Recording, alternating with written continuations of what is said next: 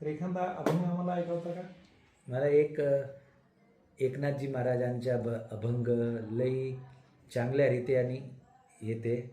त्याचे शब्द असा आहे की माझे माहेर, हो माझे माहेर, माझे माहेर पंढरी,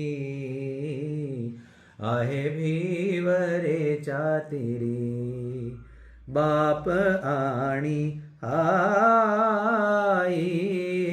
बाप आणि आई, माझी विठ्ठल रकुमाई, माझी विठ्ठल रकुमाई, माझी विठ्ठल रकुमाई,